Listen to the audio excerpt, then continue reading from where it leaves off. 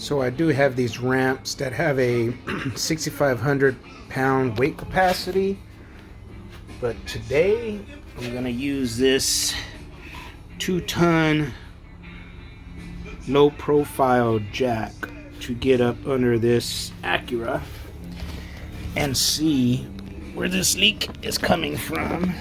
Alright, so for this 2015 Acura, right here in the center underside, here is a lift point, and you can already tell it's a little wet right here. And if I zoom in on that oil pan, looks like we got a little drippage right there, and just that whole area right there looks pretty wet as well.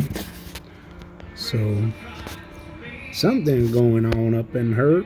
So let's get this thing jacked up, and let's see here. Put this in position and get this thing jacked up and give it. Okay, got this vehicle jacked up.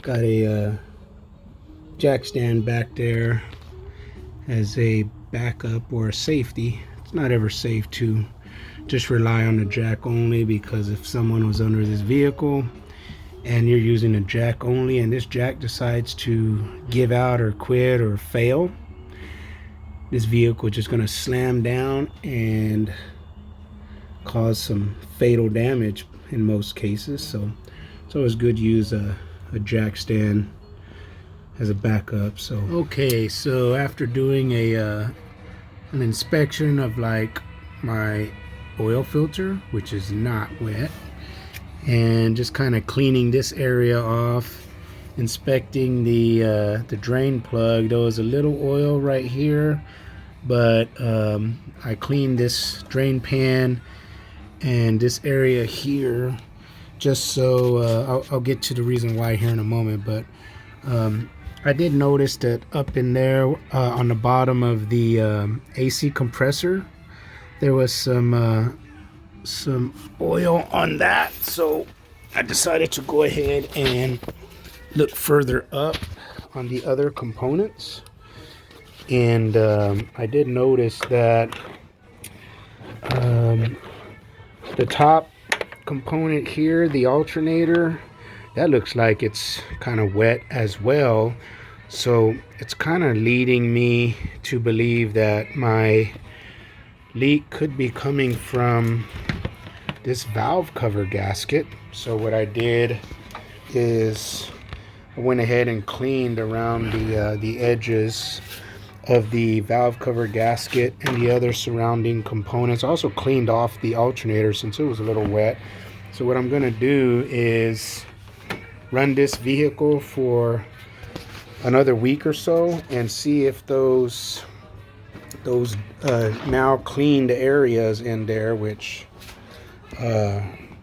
right there was right there where that silver is exposed running from left to right, that was really dirty.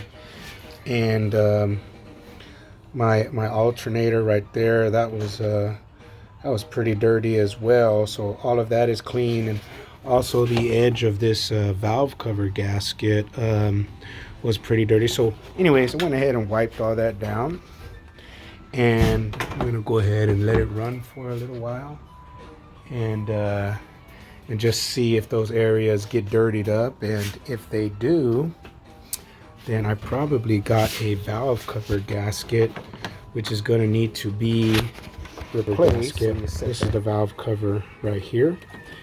I'm not sure if that's something that I'm going to be able to do myself, but I might have to make the arrangements to get that valve cover gasket replaced. All right, so got the car lowered. There's a jack.